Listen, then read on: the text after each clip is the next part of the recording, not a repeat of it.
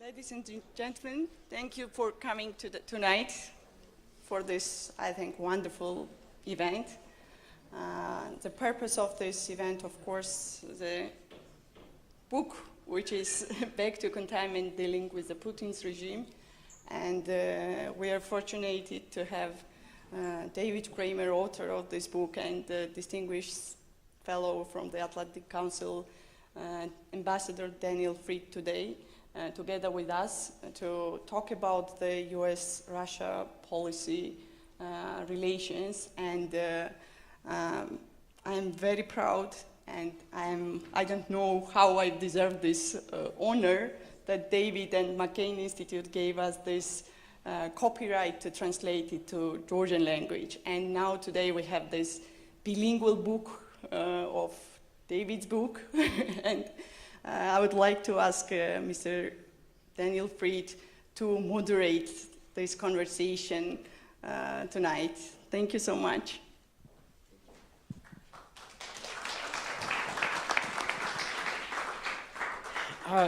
David Kramer was my colleague in the Bush administration in the second term. He was the Deputy Assistant Secretary responsible for Russia policy, and he later went on to be Assistant Secretary for Human Rights. And I have to say that he was earlier than many in realizing that Putin was not simply moving in an authoritarian direction at home, but that this had implications for Russia's neighbors, which were not good. So he was right earlier than most in Washington.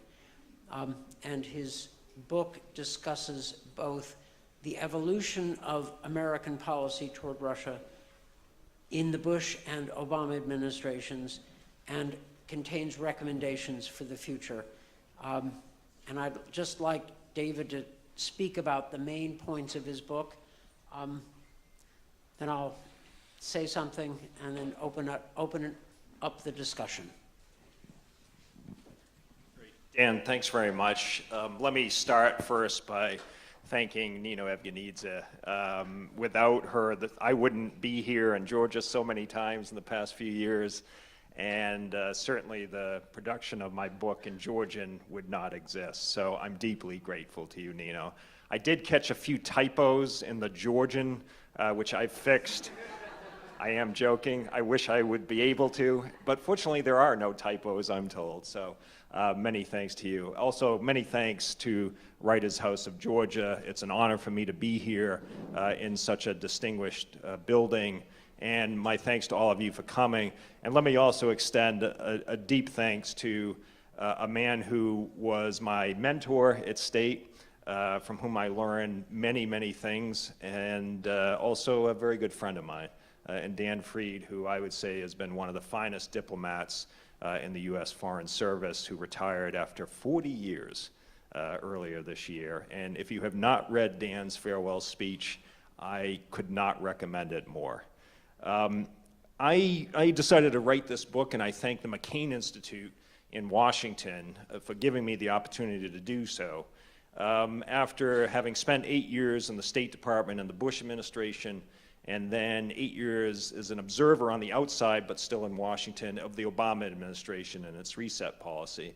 And then with a new administration coming in, I didn't know which person was going to be president next, but decided it might be useful to offer a roadmap, a strategy, and recommendations for the next administration to pursue. And so I start the book by looking at how Mr. Putin came to power. And I think it's critically important because it shapes your view from the beginning of Vladimir Putin. And if you look at what happened in 1999, soon after he was appointed prime minister, the 4 bombings, and then of course the bomb that didn't go off in Ryazan, those 4 bombings that killed 300 people turned the political situation upside down in Russia. And it kept, arguably, either Yevgeny Primakov or Yuri Lushkov, who were not really in the Yeltsin circle, from coming to power, and instead Mr. Putin did, and then became president a few months later. After using brutal force in Chechnya, leading to thousands and thousands of casualties. And yet Putin showed that he was a decisive, strong, sober leader in contrast to the doddering Boris Yeltsin. But I think what we see early on with Putin's rise to power is a diversion of his interest versus Russia's interest. And we see this by his efforts to stay in power no matter the cost. And that, I would argue, is not in Russia's interest. And everything else derives from that interest, that objective of staying in power no matter the cost. Vyacheslav Volodin, who was the deputy chief of staff, famously said in October 2014, "There is no Russia today if there is no Putin. Any attack on Putin is an attack on Russia." And to accept this logic would justify whatever measures are necessary to preserve Putin's control over power in Russia. It gives Putin a green light to engage in any kind of repression at home and aggression abroad. But if you look at the steps he's taken, and this is where the diversion begins, taking over nationwide TV was one of the first things he did, taking channels from Berezovsky and Gusinski, because Russians got most of their news and information from television. And in taking over these channels, he was able to control the messaging that Russians got and was able to shape how Russians viewed the political situation in their country. He appointed Kadyrov as leader of Chechnya and provided a faux sense of stability at an enormous cost in human rights and human lives. Increasing the state's role in the economy, something certainly in Putin's interest, but something really not in Russia's national interest. He's kept the economy very dependent on export of natural resources. He responded to the Magnitsky Act in one of the cruelest ways possible by banning the adoption of Russian orphans, the most innocent citizens in that country, by American citizens. Massive corruption in Russia that Putin oversees. That is not in the country's interest either.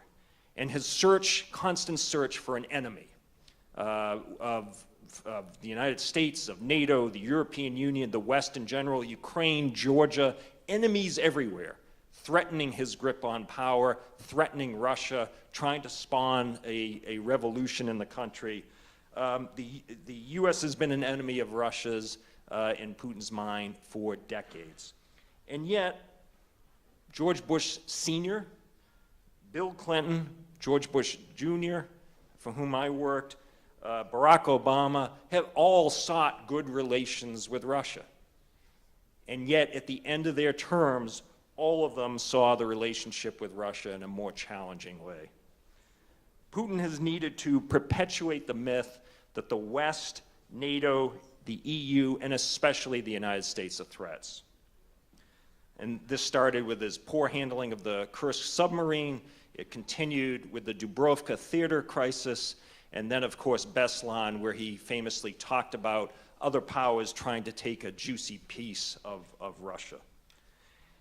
If we move ahead to where we are today, and we can come back to policies in the Bush administration, the Obama administration, which I focus on in the book, but if we look at where we are today, then I think we have to accept and recognize that Putin's Russia, and I do try to be careful in using either Putin's Russia or Putin's regime or the Kremlin, differentiating Russia and Russians writ large from the problem I think we face in Moscow. But if we look at Putin's Russia, I would argue it is a serious threat, even an existential threat, to us in the West, to its neighbors, and to its own people. Putin's authoritarian, kleptocratic regime obviously shares no values with us and increasingly shares fewer and fewer interests. He's invaded this country, he's invaded Ukraine, refuses to recognize the concepts of sovereignty and territorial integrity and the right of countries to determine their own future.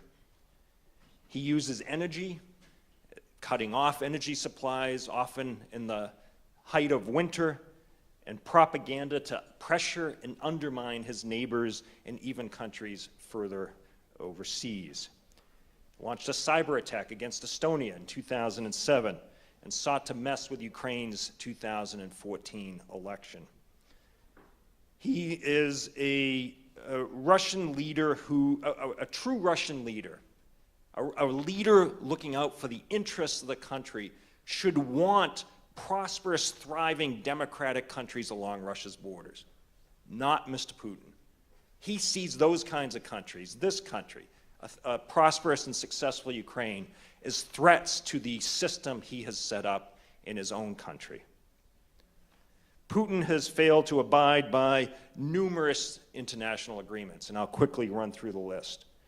The Sarkozy 6.6 ceasefire plan for this country, the 2 Minsk agreements on Minsk, Budapest Memorandum of 1994, the Friendship Treaty with Ukraine in 1997, to say nothing of the principles of sovereignty and territorial integrity. As I mentioned, he illegally annexed Crimea, sparking the most serious security crisis in Europe in 7 decades. He bears, I would argue, ultimate responsibility for the murders of 298 people shot down in the Malaysian airliner. He broke from the CFE treaty, and Dan and I spent far too many hours trying to save that treaty, and he's been in violation of the INF treaty. Most recently, there have been disputes over the Open Sky Treaty, and he acts as if no ceasefire agreements in Syria apply to Russia. Syria, let's not forget what Putin has done in Syria. He intervened militarily in order to prop up a like-minded dictator in that country, and bears responsibility for the deaths of thousands of civilians. Russian targets have been against humanitarian convoys, hospitals, civilian centers. Rarely have Russian forces targeted ISIS in Syria. Our interests don't align in other places either.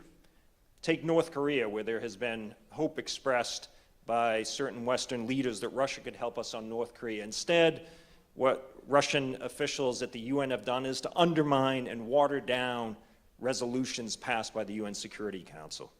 Russia has increased trade with North Korea, while China possibly has stepped back from some of its trade. Russia has established a ferry link with the Russian Far East and North Korea. In Afghanistan, Putin's forces have been supporting and possibly even arming the Taliban. Our interests there don't coincide. How about Iran? Yes, Russia supported a UN resolution on Iran that toughened sanctions there and was a party to the nuclear accord, but Russia also works closely with Tehran in supporting Assad. Russia has also sold modern advanced weapon systems to the Iranian regime and supports their efforts to stir up trouble in the Middle East. Putin and Russian officials have threatened the use of nuclear weapons against states that might host missile defense sites, and even against the United States, with Dmitry Kiselyov's famous phrase of saying that Russia could reduce the United States to radioactive ash. Putin's forces have engaged in muscle flexing, including reckless maneuvers buzzing NATO ships and aircraft, and violations of other countries' territorial integrity. And then, of course, there's the unprecedented interference in various elections, including the election in my country last year, where I would argue the effort was not simply to influence the outcome of the election, but to discredit the very idea of free and fair elections and discredit the notion of democratic systems of government. And given that Russians still deny any and all responsibility for all of these actions, we should have very low expectations about what we can achieve through engagement with this regime. Finally, after returning formally to the presidency, Mr. Putin in 2012 has launched the worst crackdown against human rights inside Russia. He's created an environment in which government critics, journalists, activists are thrown in jail, harassed, beaten, and even killed. He's hunted down those who have opposed him, whether they're inside the country or outside the country, people like Alexander Litvinenko. He's created a massive kleptocracy whose best export to the West is corruption. Putin, in other words, is a wholly untrustworthy interlocutor who poses a serious threat to us. He doesn't think in win-win terms. He thinks in zero-sum terms. So this leads me to offer a few recommendations, both things not to do and then what we should do. So let me start with what we shouldn't do. We should not make Mr. Putin's life any easier by easing up the pressure on sanctions. Nor should we abandon those Russians who are struggling for a better future for their country. And there are many Russians who want a better future for their country. Similarly, we should not stay silent about Russia's deteriorating human rights situation. We certainly should not consign Russia's neighbors to a Russian sphere of influence through any grand deals, accommodation, trade-offs, or general neglect. We should stop obsessing over whether we are entering a new Cold War. I now am at Florida International University, having left Washington. In an academic setting, this issue is interesting, but in the real world, I would argue it's irrelevant. The new Trump administration, now not so new, almost a year in, should avoid appearing to want good relations with Moscow more than the Putin regime wants good relations with us.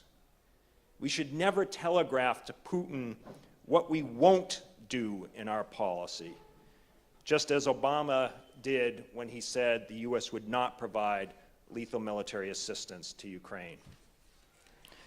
We should not personalize relations with the Russian leader. And we should set aside concern that taking a tougher approach toward the Putin regime will drive it into the hands of the Chinese. Of all the things that kept me up at night when I was in the government, Russian-Chinese rapprochement was not one of them. So that's what we shouldn't do. What should we do instead? In broad strokes, I think we need a policy that tightens the screws on the Putin regime. We need strong American leadership partnering with our European allies, steady engagement at the highest levels of our government. This is not an argument to never talk with Russian officials, but we should keep our expectations from any outcome of those talks very low. We need to be modest in what we can accomplish with the Putin regime, given the lack of values and increasingly fewer interests. We need to contain Russia, to prevent and preempt further aggressive behavior, pushing back on Putin's aggression. This includes beefing up, not simply maintaining current sanctions, and tremendous tribute to Dan for the work he did during the Obama administration with the sanctions imposed after the invasion of Ukraine. We need to bolster Russia's neighbors, starting with this country, including Ukraine, and moving on to others, and beef up the defense of NATO allies as well, as we have been doing, and I credit NATO and the US for what they've been doing in this respect. We need to support democratic, reform-minded forces inside Russia, not give up on them. We need to prevent the import of corruption from Russia into our countries. We need to do a much better job of cleaning up our own house, expose corruption and illicit activity where it exists. We need to neutralize Russian propaganda, not with counter-propaganda, but by supporting fact-based journalism for people inside Russia and people who live near Russia. Every single American administration since the Cold War has thought it could do better than the previous one in dealing with Moscow. Every single administration has come away severely disappointed. We must stand for our values and our principles together with our allies. We have to avoid personalizing the relationship, and we should reject any moral equivalence between Putin's Russia and the United States and the West more broadly. As I argued in my book at the very end, the Trump administration needs to avoid repeating the errors of past administrations or making new ones of its own. At the end of the day, as I've argued in several appearances, including a debate at the McCain Institute in October, how many more Russian liberal activists need to be killed or poisoned? How many more countries does Putin need to invade? How many more Ukrainians need to die? How many more civilians need to be killed in Syria? And how many more elections does Putin need to interfere in before we understand the existential threat that the Putin regime represents? Thank you.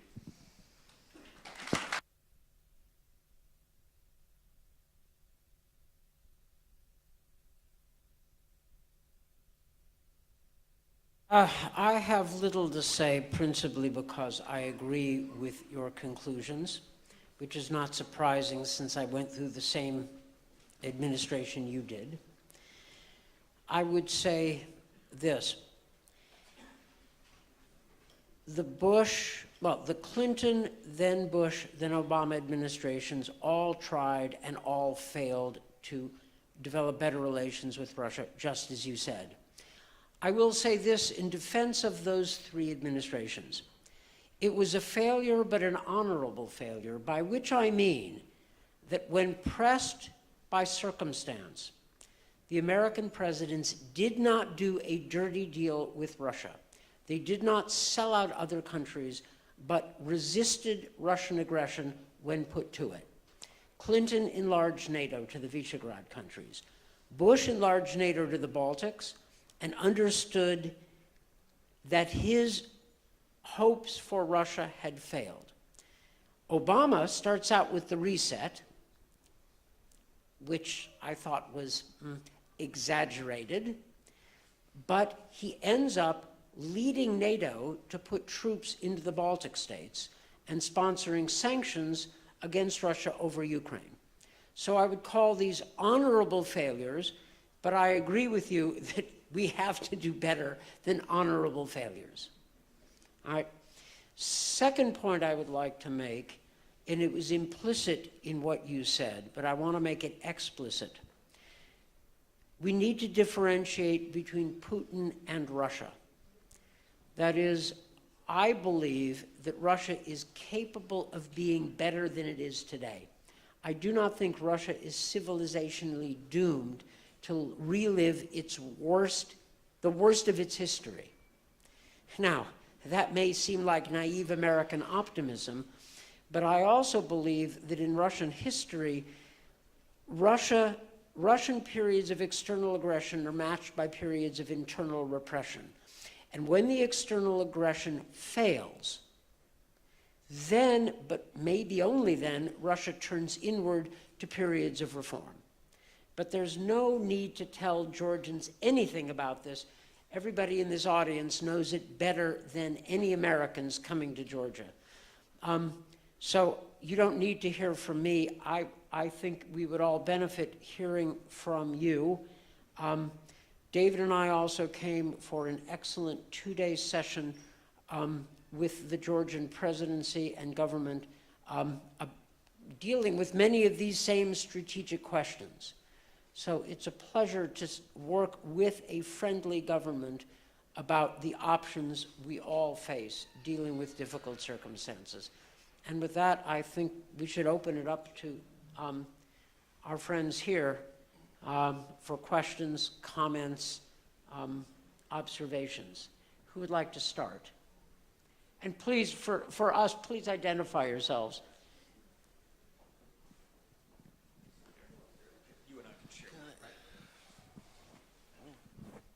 Thank you. Muka Kudava, Free University. Could you, David, please elaborate on what you were saying about Trump administration's real policy towards Russia or Europe, according to you? Because it would not be in your book. Thank you.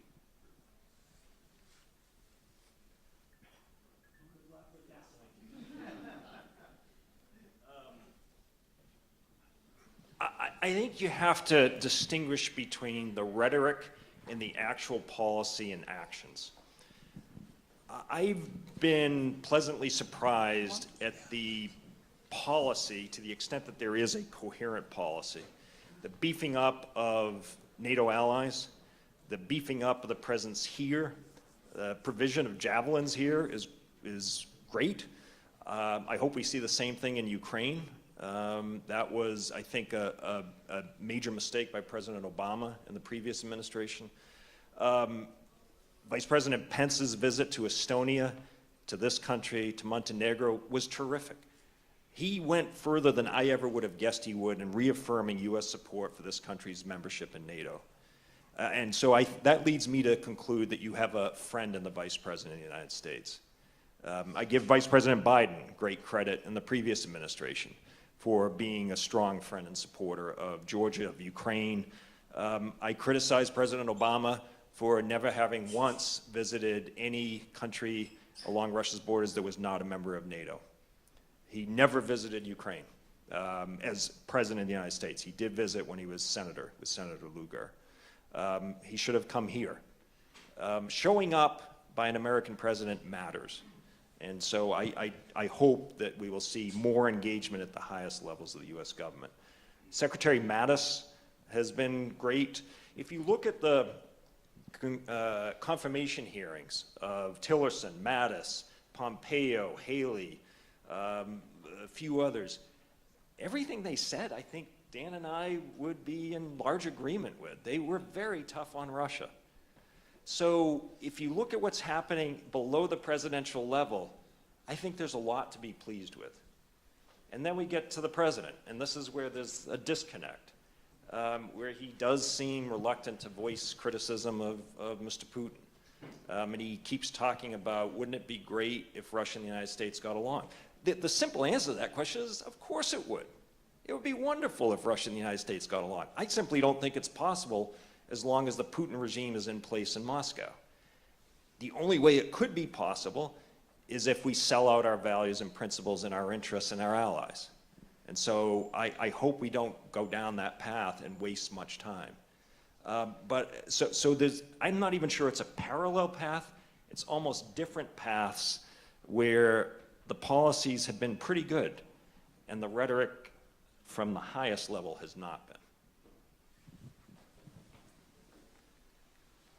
Dan, if I could just want to.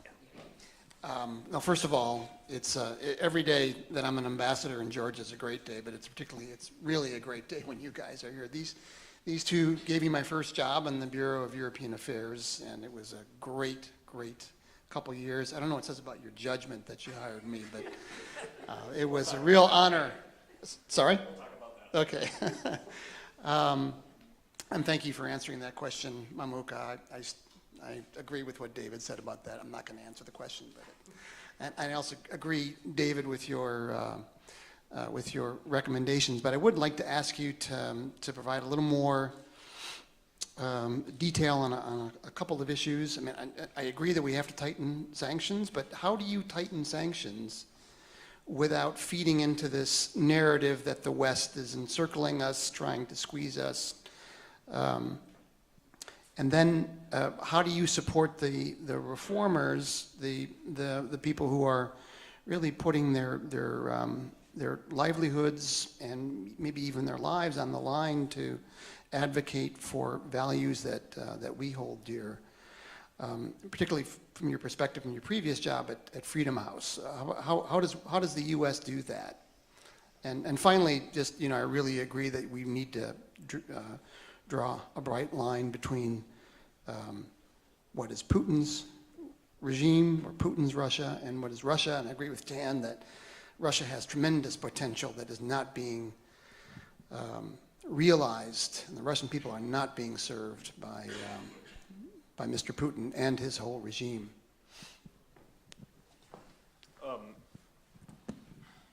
First, let me just say, I think all of us are fortunate to have you here as Ambassador Ian. So kudos to you for the job you've done through a very distinguished career. Following in the fine tradition of Dan Fried, you are also one of the Foreign Service's finest, so thank you very much. On sanctions, Dan and I may have a disagreement here. I give enormous credit for what has been accomplished between the US and the Europeans, Canadians, and others, I argued a few years ago that the Obama administration mixed up means and ends. Unity between the US and EU is great. I don't know anyone who's opposed to it. But it's a means to accomplish the goal of getting Russia out of Ukraine. It's not an end in itself. And so it is easier for the United States, one government. It's still hard in the US government, as we all know. It's a big government. But it's easier for one than to get agreement among 28 to move ahead with additional sanctions. I think it's actually quite remarkable where we are right now on sanctions, that we are largely in sync. But I would argue if it's easier for the United States to move ahead with additional sanctions, the United States should do so. The current sanctions don't line up exactly anyway. I, for example, like the fact that Kiselyov is on the EU sanctions list. He's a disgusting, hate-mongering propagandist. He's not on the US sanctions list, and he should be, along with Solovyev and others who spout these horrible, they're not journalists. And so I wish the United States would catch up with the EU there and then go further. I've argued that we should drop the Minsk peace process. It's not working, and what we should do is simply replace it with a declaration. This may be fanciful on my part, but replace it with a declaration that unless and until Russia withdraws its forces from Ukraine, sanctions will be increased over X period of time. And again, if it's easier for the United States to do that than for the EU, so be it. So I don't want us to underestimate the effect of the extraterritorial nature of US sanctions. Our sanctions are powerful. EU sanctions are also powerful, not to underestimate those. But sometimes it's just easier if we go alone. On the reformers, do you want to jump in on the sanctions before I go to the reformers? You go on. Okay. I'll babble and then he'll correct me. On reformers and how can we support? For starters, it was a huge mistake for the US State Department to have announced in 2012 that Russia was kicking USAID out of Russia. We announced that Russia was taking this action instead of forcing the Putin regime to say they were kicking us out. We made it easy for them. Second, I think the targeted sanctions are ways of supporting democratic liberal forces in Russia. I remember Boris Nemtsov argued that the Magnitsky legislation passed in 2012, which goes after Russian officials involved in gross human rights abuses, was the most pro-Russian thing the Congress had done in decades. And praise from Nemtsov, to me, is worth, it's priceless. And others have voiced similar views that those kinds of targeted sanctions that aren't against the country writ large, but go after the individuals responsible for the problems, that's the way to support them. It doesn't level the playing field, but it brings the abusers down a notch. And then the third point I would say is regime, and I argue this in the book, regime change would be nice in Russia. We know the current regime. I don't like it. I'd like to see a different one, but that should not be US policy. It's well beyond our means. It would backfire.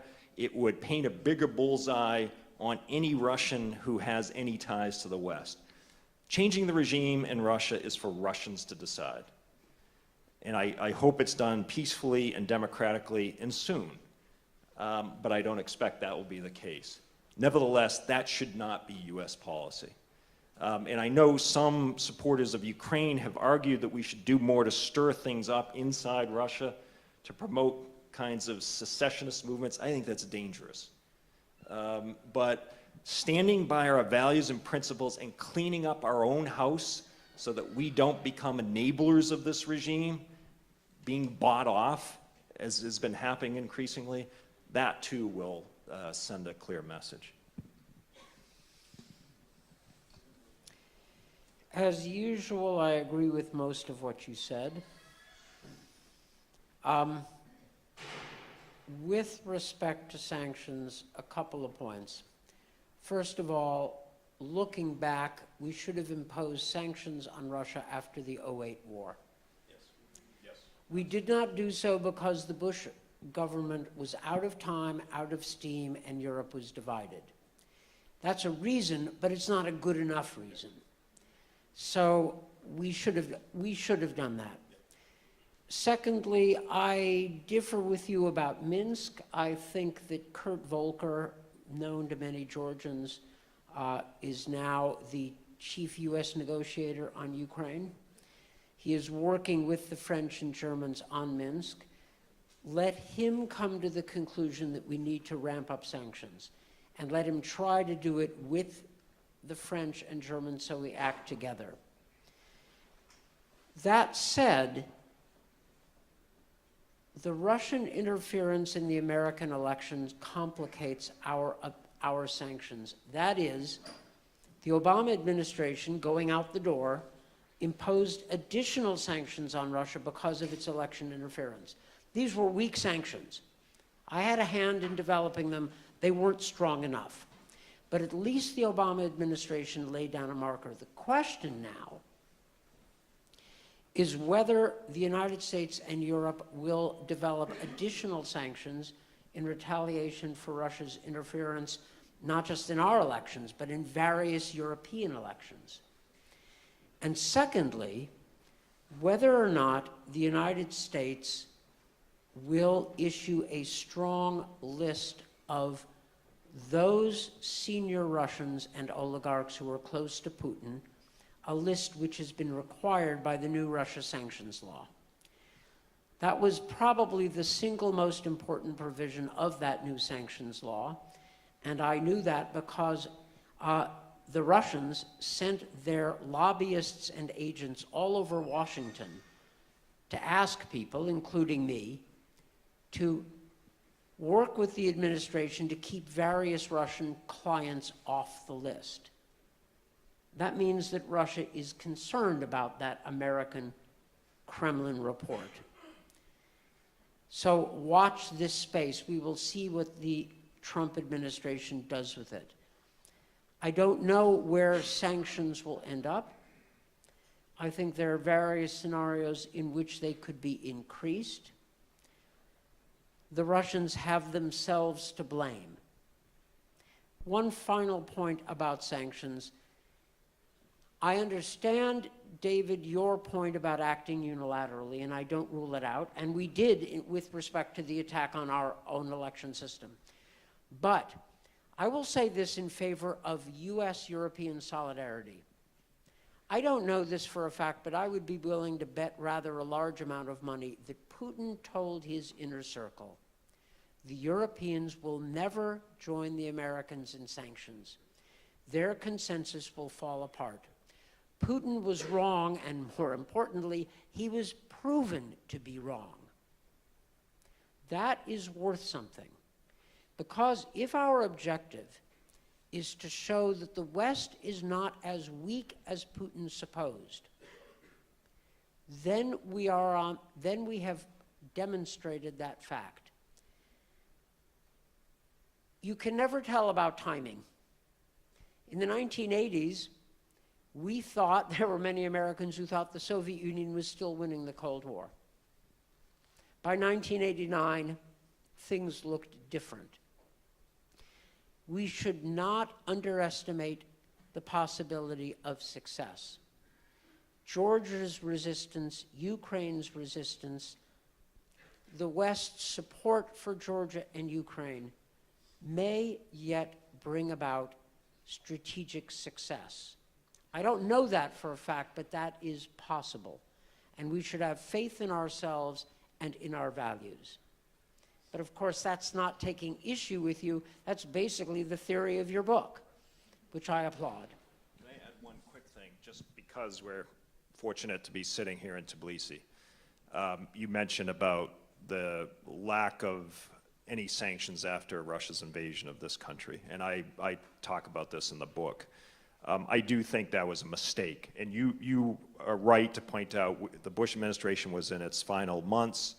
The fighting itself ended rather quickly, but that was not an excuse not to take the right step. And in fact, it not only opened the door for Obama's reset policy, which came less than a year after the invasion of this country, I think it gave Putin the sense that he could go elsewhere, including into Ukraine, without having to pay any price.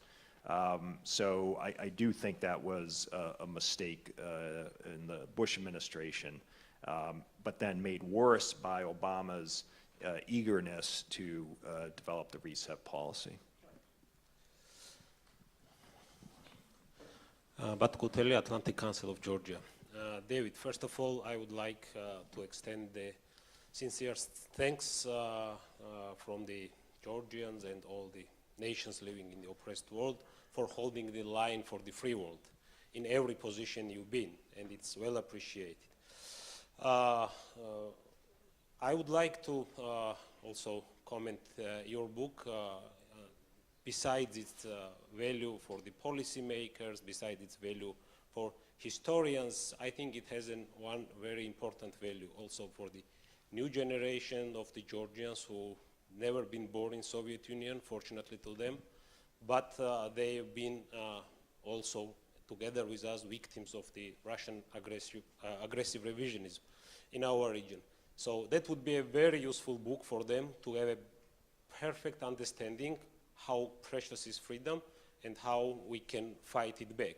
And the key is to keep values intact and to maintain the moral high ground. And with this, I would like to really acknowledge the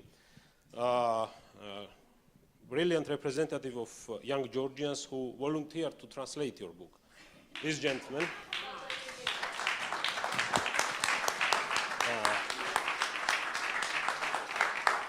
Gaza Shengelia, and exactly that was his motivation to translate, to share the content with the many young Georgians who are present here, and I'm sure they will read it. So now my question as well, David. Then you mentioned that we had, I'm saying we because it was our defeat, honorable but defeat, but it was enough honorable defeats. Now we need success. We have to win. And the first recipe to win with our Russia and the Putin's Russia is the title of this book, To Contain the Threat. But the next step, and a successful historical example of President Reagan and the US policy showed us, is also to be offensive, to push back. Sanctions is a very strong component of pushing back towards Russia, and it works, definitely it works. Giving Javelin missiles to Georgia is part component of this pushback. So what else you could recommend to push back Russia? Thank you. Batu, thank you for all your support over the years and your friendship. You talked about the importance of values, and I very much take a normative approach in this book. And a central theme is the way Putin treats his own people, violates their human rights, is indicative of how he's going to behave with other countries. If he doesn't respect the human rights of Russians, unless and until it's politically expedient to do so, then he's not going to recognize and accept the concepts of sovereignty, territorial integrity, or give a damn about the human rights of Georgians, Ukrainians, or anyone else. And so I think it is very important that we pay attention to how regimes treat their own people, not just in Russia, but around the world, and not give leaders a free pass or not go after journalists with comments of fake news and other kinds of epithets that are thrown around, because it only gives the Putins and the other kinds of leaders the reinforcement that they shouldn't get. On other kinds of pushback, containment, it comes in many ways. I would argue that on sanctions, it's not sufficient to simply maintain existing sanctions, good as they may be. It's important psychologically to ramp up sanctions, because the target of sanctions, as Dan knows better than I, needs to think that if he doesn't change his behavior, then he's going to get hit with more price to pay. Otherwise, there's sort of a settling in and an acceptance and an adjustment to the new environment if the sanctions simply stay where they are. We should not take options off the table. I'm not arguing right now that we should expel Russia from SWIFT. It's much harder to do, easy to say, but we shouldn't tell Russia we're not going to do it. It should be an option kept on the table. One thing that the U.S. has started to do is to export energy to this whole region. That is a good way to undercut Putin's leverage and also go after some of the money that supports the regime. On things like disinformation, I support the Foreign Agent Registration Act for RT and Sputnik. I actually think what is better, I argue in the book, is that we not legitimize these kinds of outlets by allowing them to act as journalists. They're not. The Congress, I think actually the media organizations that cover the Congress recently denied accreditation to RT. The State Department, the White House, the Pentagon should not accredit anyone who works for RT or Sputnik to cover those departments, those agencies. They ask questions that are meant not to get at news and information, but to simply disrupt things. They're not journalists. We shouldn't treat them like journalists. And I also think that since their funding comes from the Russian state and the Russian government, when Russia loses court rulings that require payment of significant sums of money, we could start by seizing the assets of these entities. And that would be a twofer, in my opinion. It would reinforce rule of law by carrying out the orders of courts that should be respected, and it's also a way of dealing with these RT and Sputnik. So I think that the beefing up of the military presence in the Baltic states and Poland, the increased interaction here, all these things are critically important, and providing javelins not just to Georgia but to Ukraine, I think, is also very important. I share the view that Kurt Volker has enunciated, which is it would not lead to escalation on Putin's part, but it would show that there would be a higher price to pay for further involvement.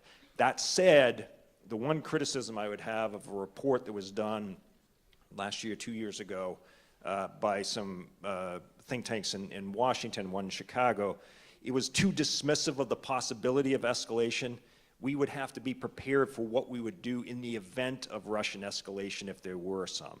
And I think that needs to be thought through more carefully. Sorry for the long. Again, I agree with what David said. I would add one more. I really like that phrase. There is one more point to make. Ultimately, the strongest defense against Russian aggression is a strengthening of the democratic institutions within the countries endangered by Russia. This is not theory, this is practice. This is what we learned from 1991. Ukraine learned the hard way that it had been hollowed out by corruption, and so lost Crimea without a fight. When it rallied, it held on to even a large part of the Donbass. That's what Georgia can do. I mean, Georgia needs to, of course, strengthen its military and work more with the United States and NATO, and there is room to do so, I believe, including with the Trump administration. But Georgia's democratic resilience is not just a phrase, that's real. Putin wants Russia's neighbors to be hollowed out, corrupt shells, sovereign only in name. We want to see strong, prospering, Europeanizing democracies on Russia's border. And that is still within Georgia's power to do.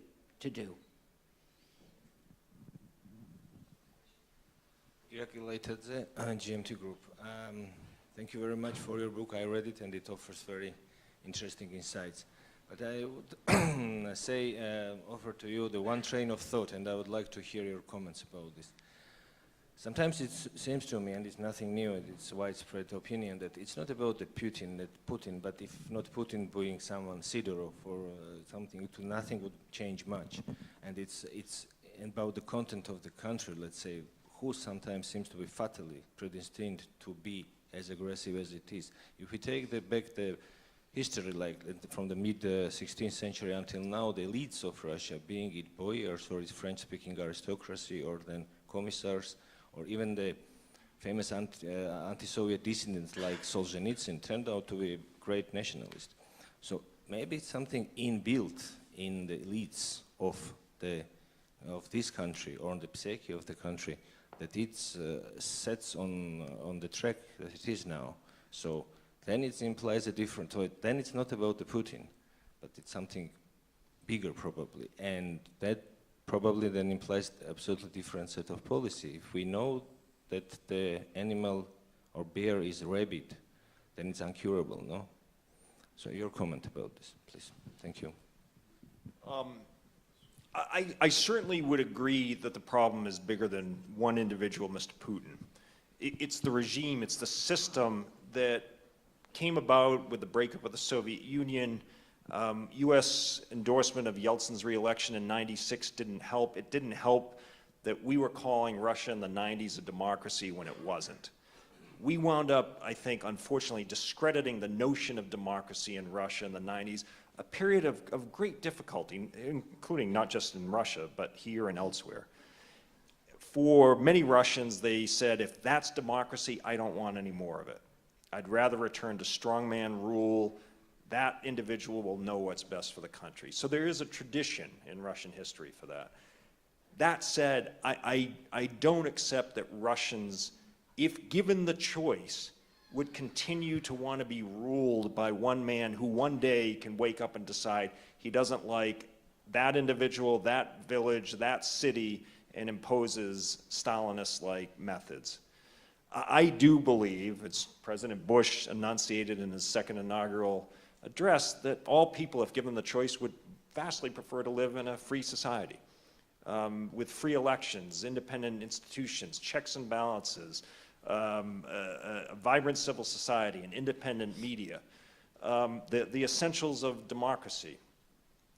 The sovereign democracy is not real democracy. And I think, as I said in my opening comments, Putin's takeover of nationwide TV was a brilliant but also evil move on his part, because he was able to control the messaging that Russians receive. But I'm also struck at how quickly moods can change. I am worried about the polluting of Russian minds with anti-American, anti-Western, anti-democratic rhetoric. I'm very worried about that. And I worry that some Russians will be inculcated with that kind of teaching and then carry things out, whether it's like the Tsarnaev brothers in the Boston Marathon or elsewhere. But at the end of the day, I also remember how quickly the Russian narrative switched from Ukraine one day to Syria the next. And it suggests that there is the possibility that if somebody more responsible and more democratic came in and changed the messaging, that Russians might be receptive to that too. So I don't accept, actually, that Russians by nature are incapable of living in a freer, more democratic society. I think they are like others who, if given a choice, and this is where the Russian opposition does need to try to get its act together against enormously adverse conditions. When people like Nemtsov, a friend of mine and Dan's and many people in this room, are shot and killed yards from the Kremlin, and other friend, many of you know Vladimir Karamurza, poisoned twice, that underscores the dangerous environment in which people who are brave enough to take on the Putin regime, they face every single day. But there are more people like that in Russia than I think, at least in the United States, is commonly perceived. Vlad Sokor, you had your hand up. Vladimir Sokor, Jamestown Foundation. Congratulations on the publication of your book, David. I was going to ask you what would be your policy recommendations for the United States and for America's allies regarding the situation in Donbass and in Transnistria. At one stage in your career, you were the US negotiator on Transnistria. And I remember the high level that your frustration had reached at that time, not only because of the deadlock, but because of the way in which the deadlock came about. You answered preemptively the question about Donbass. I applaud your answer. I also regard Minsk as a trap on Ukraine that was sprung up by Russia, and that our task is to extricate Ukraine from that trap, not to implement that trap on Ukraine. So I applaud your answer. What about Transnistria? Considering that Russia pursues in parallel 2 special status projects of all possible places, Russia pursues a special status project in Donbass and in Transnistria. What is your view, your recommendation? And my second question, what would you recommend to the United States and its allies to do regarding Nord Stream 2? Let me take the second question first. I think the project should be killed. Simple as that. And I sense after the election in Germany, while there's still negotiations about the formation of the new government, that the Chancellery is backing off of its support of Nord Stream 2. It seemed that the Chancellor's support for it may have been tied to the election, frankly. That may be a little unfair, but it's a pipeline that is not commercially viable. It's a pipeline that would do terrible damage to Ukraine. It's a pipeline that would increase Germany's and other European countries' dependency on Russia. And it's a pipeline that shouldn't be built. I mean, Nord Stream 1, the last I checked, was not up to full capacity. So if that pipeline is not up to full capacity, why on earth do you need another very expensive pipeline other than to feed corruption and increase dependency and hurt Ukraine and other countries? Let me just, I'll come to Transnistria in a second, but on Minsk, there are many flaws on the both Minsk agreements. They were both signed under tremendous duress by the Ukrainian side. I agree 100% with Dan that we couldn't have a better person than Kurt Volker handling this issue right now. But Minsk doesn't even address the issue of Crimea. It's not mentioned in either version of the Minsk agreement. And I would take the same approach toward Crimea as the United States and the West did toward the Baltic states. If it takes decades where we never recognize the annexation of Crimea, that should be our policy. And we should keep sanctions that apply on Crimea in place until Crimea is returned to Ukraine.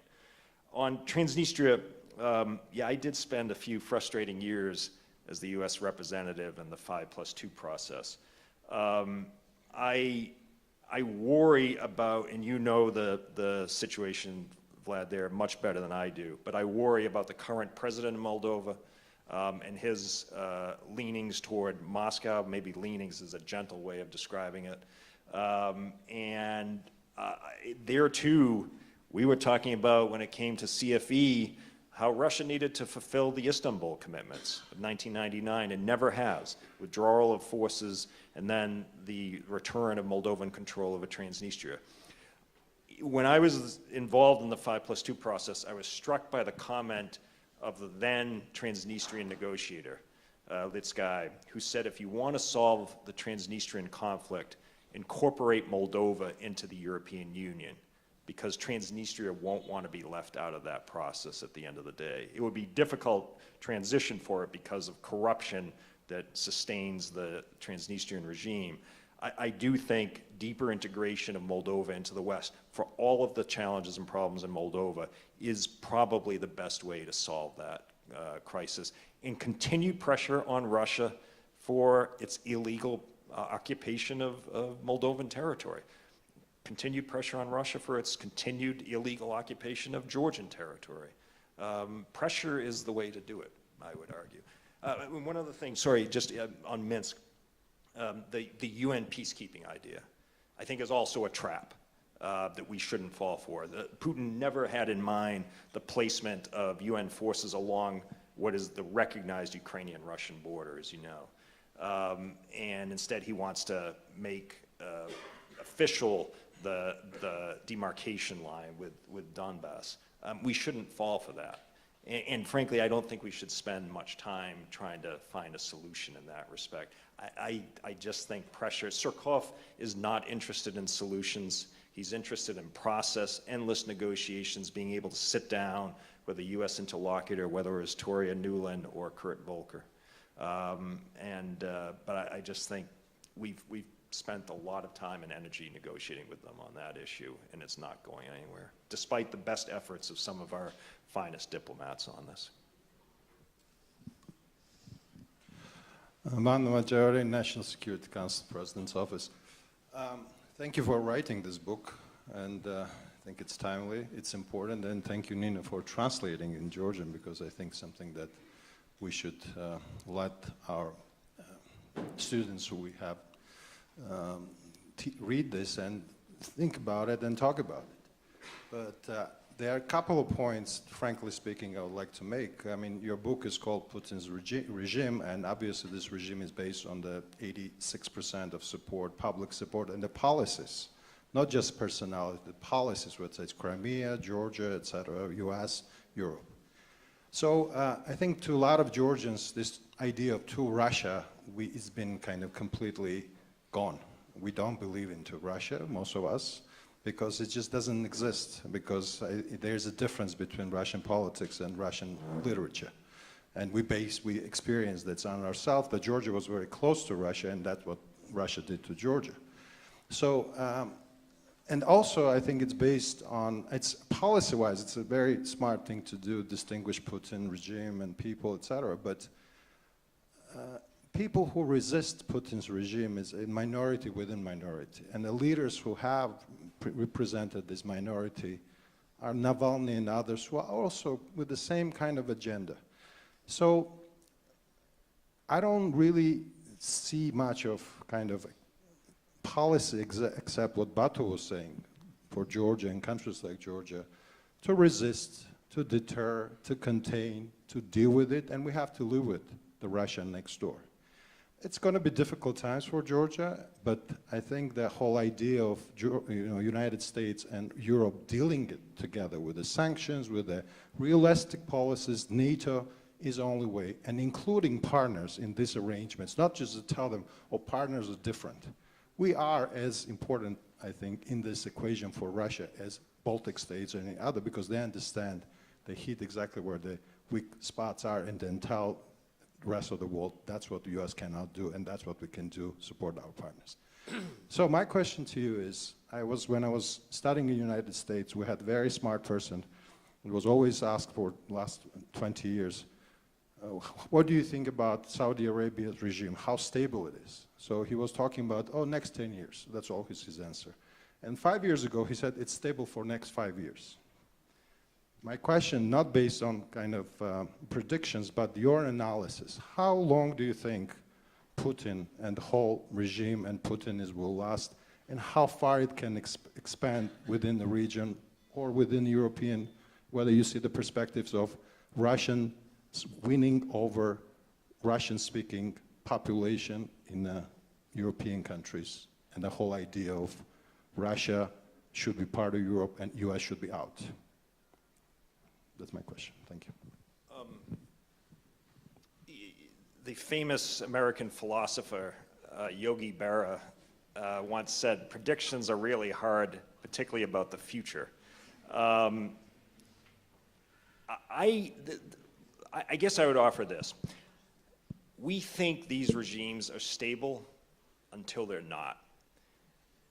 If we look at what's happened in this region in 2004, and then again 13, 14 in Ukraine, what happened here in 2003, you look at the Arab world in 2011, I don't think many people were predicting what happened in the Arab world. And it's not to say that what emerged after the movements there is better. Tunisia is probably the only country in which you could say that. But I will say that as long as Ben Ali and Gaddafi and Mubarak and Saleh and Assad remain in power, there was no hope for Tunisia, Libya, Egypt, Yemen, Syria to move in a more democratic direction. Their removal does not guarantee that those countries will have a better, more democratic future, but at least it provides an opening for that possibility for the first time. I would argue that we don't know what the tipping point might be, if there is one, in Russia.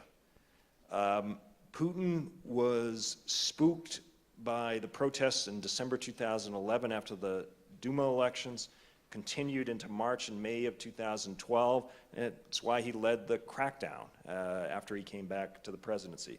He was spooked, actually, and I mentioned this in the book, after he went into the ring of, what is it, UFC fight between a Russian and an American, in which the Russian beat the crap out of the American.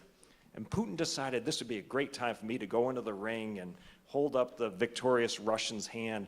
And you know what happened? He got booed. And so that kind of crowd is not the kind of crowd you would think that would turn on the Russian president. And yet, the point being, you never know what might trigger a change. I think support for Putin, while high, is very shallow. In part because Russians don't see an alternative, in part because Putin doesn't permit an alternative, a serious alternative. But if given an alternative, it may not be better, but we know what the Putin regime is like, and I don't like it, and I don't think most people in this room like it. We shouldn't operate, however, out of fear of the unknown that the successor to Putin could be worse. Might be better. We don't know, and at the end of the day, as I argued earlier, it's not our call to make anyway. It's for Russians to. So on statements by people like Navalny and others, it would be political suicide if they went too far out on certain issues. And it's not to say that they would flip and be more pro-Georgian than Georgians or more pro-Ukrainian than Ukrainians. They have to operate in a difficult environment there. But we know what we get with the current regime, and it's not pretty.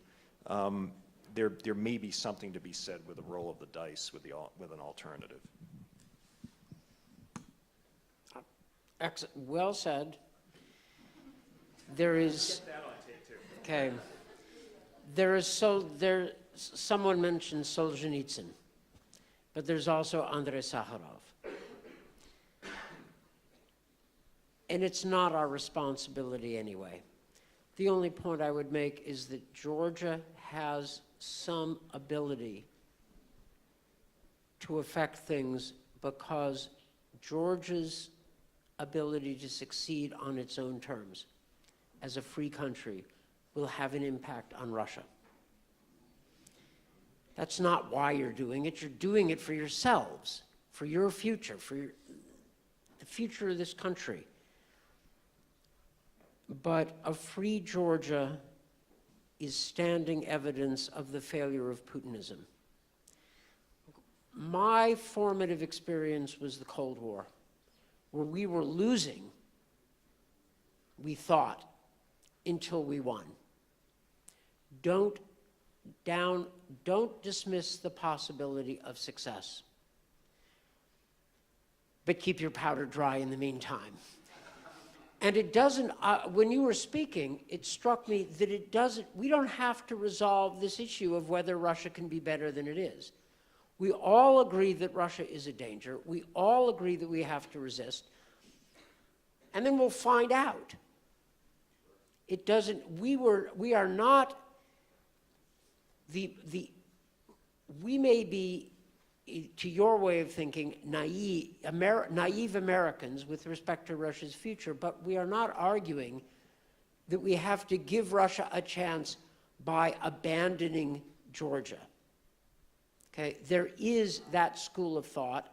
I can't stand it, and David and I have fought against this so far successfully for a generation. So we don't have to resolve the issue of whether Russia is capable of being better than it is. Resist Russian aggression, and we'll find out. I'm prepared to be wrong, and I'm sure you hope we're right. But we don't have to decide. Other thoughts? David, Congratulations with your new book. Thank you very much for letting us translate it into Georgian for those who don't read English. This is really important piece of work for us Georgians as a sign of encouragement and piece of very valuable experience and information, but also for your countrymen, for policymakers who are struggling with the dilemma how to handle the situation, which is way, way out of hand. Finally, it is acknowledged that Russia is a threat, and there was mentioning, Dan mentioned Cold War here, and during the Cold War, with its ups and downs, at least you knew, I mean, United States knew that the ending of Cold War would mean the defeat of communism. So containment, that was coined by one of your presidents, Truman, if I'm not mistaken, was for that goal. What's the final goal? What's the goal of your containment here? What's the definition of winning over Putin's regime in your world, in your universe? Because it's very important. During the Cold War, the end of Cold War released captured nations like mine. And what's going to happen when Putin is defeated? And what's the definition of Putin's defeat, in your opinion? Thanks. I'm not sure that there is a victory at the end of this process. Because if you view it as a victory, then the other side views it as a defeat. And that gets us back into the zero-sum term way of thinking. It's not to argue for win-win, because I do think that's a naive approach.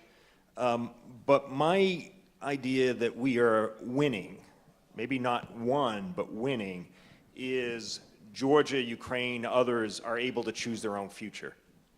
The day that this country and Ukraine join Euro-Atlantic institutions, that actually may be victory, because we will have overcome the Kremlin's efforts to establish a de facto veto over other countries' aspirations.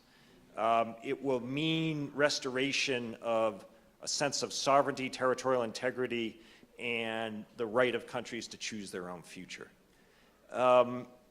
And so I think getting Russia out of Ukraine, getting Russia out of Georgia, getting Russia out of Moldova, those would be the things that I would look at as moving in the right direction.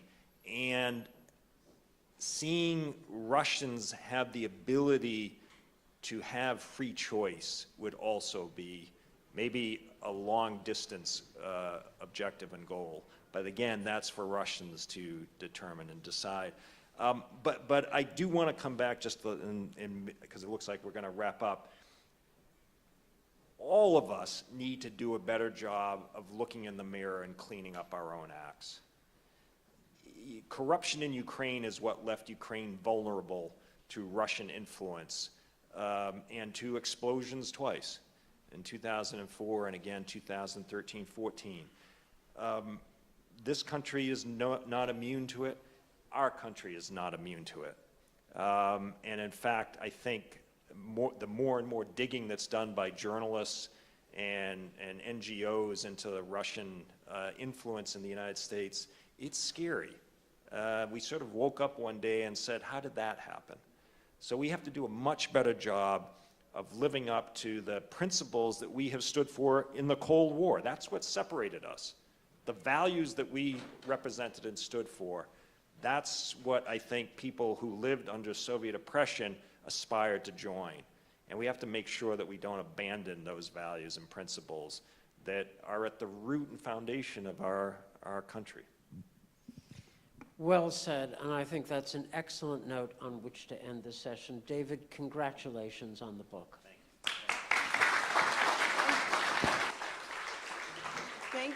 Thank you so much. On behalf of audience, thank you so much. And thank you being the freedom fighters in the world, best freedom fighters in the world, and the best friends of Georgia. And please do not allow us to fail.